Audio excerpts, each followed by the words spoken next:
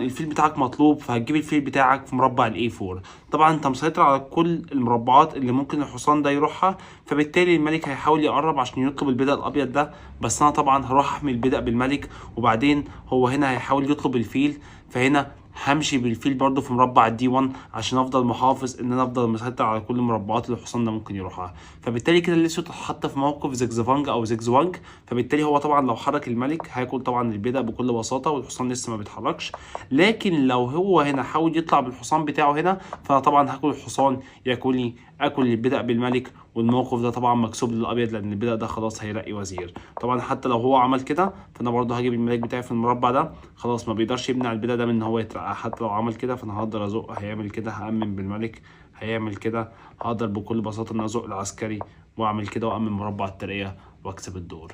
لو عجبتك المعلومة دي متنساش تعمل لايك وفولو عشان ما يفوتكش اي جديد.